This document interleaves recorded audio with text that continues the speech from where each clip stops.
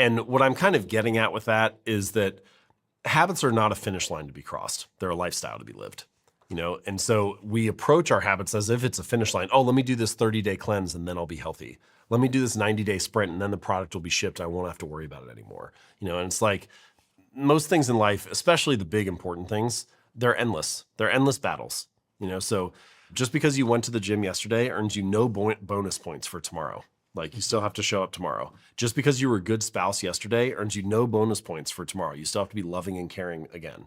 And so all the things that really matter are endless battles. And it's not about crossing a finish line. It's about living that kind of lifestyle. And so, yes, it is true that repetition matters. And yes, it is true that the habits will become more seamless and automatic and maybe a little less effortful as you repeat them more.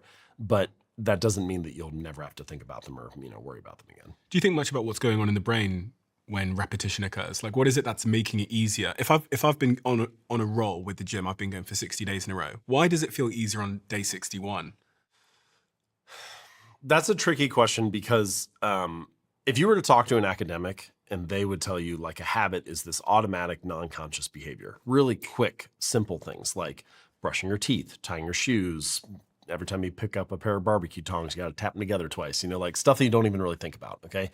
That's actual habitual behavior. But if I were to ask you, what are some habits you're trying to build? You would say, I'm trying to go to the gym 4 days a week, or I'm trying to write every morning, or I'm trying to meditate, 5 days a week or whatever. And I know what you mean when you say that. You mean, I want it to be this routine, this practice that I do consistently. But like writing every day is never going to be mindless the way that brushing your teeth is.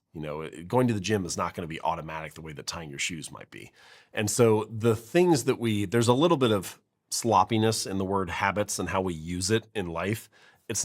They're not automatic mindless routines most of the time. Most of the things that we want to be habits are not like reflexes. They're routines and rituals that we do consistently. Mm-hmm. So having said that, it is true that after you've gone to the gym for a month or two, it does start to get easier. And I think there's a number of forces that kind of work in your favor there. One is you've figured a lot out about what it takes to get into the gym. What time am I going? What route do I take?